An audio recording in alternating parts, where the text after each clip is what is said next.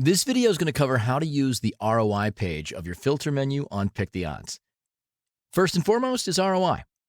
This allows you to set percentages for the minimum and maximum ROI you want a play to have in order for it to appear in your results. So let's say I'm not interested in opportunities that result in a profit of less than 4%.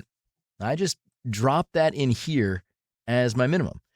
But then I also don't want to chase plays that are high ROI, but might be too fast moving for the type of betting I'm doing.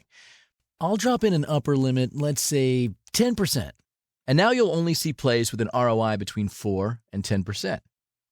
Next, we have odds, which allow you to set minimums and maximums for the odds of opportunities that appear in your results. Now, let's say I don't want to bet on any long shots, but I also don't want to bet on any favorites or low odds plays.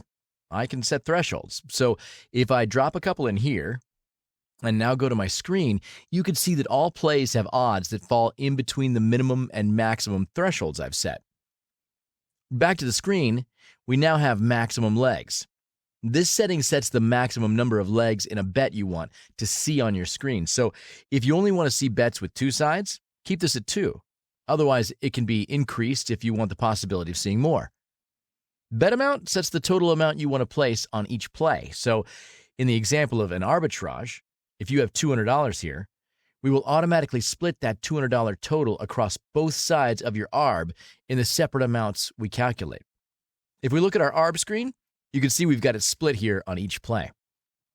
Rounding values will allow you to set increments to round your wager amounts to. So if you can set this at 1, for example, your bets will be rounded to the nearest single digit, as you can see here on my screen. Or if you go back and set that to 5, now you can see that my wager amounts are all rounded to the nearest 5. You can put any number in here that you'd like to round to.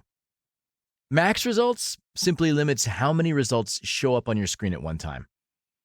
Block duplicate bets allows you to automatically hide any plays that are from the same 2 sports books on the same bet in your results. Finally, minimum wager liquidity is a setting that allows you to hide results where you can't put down at least a certain amount of money. There are certain sports books on which we display liquidity, meaning the amount that is available for you to put down as a bettor.